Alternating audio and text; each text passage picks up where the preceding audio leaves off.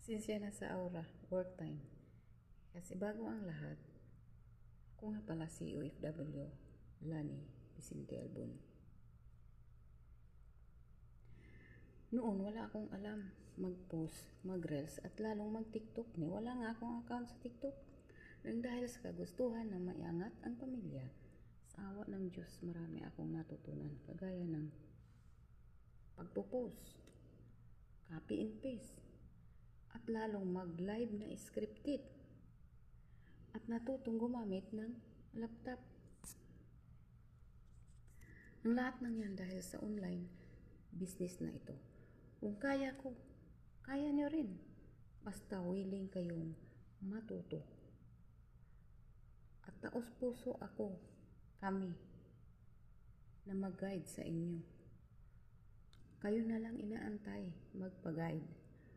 How na sa baba. God bless.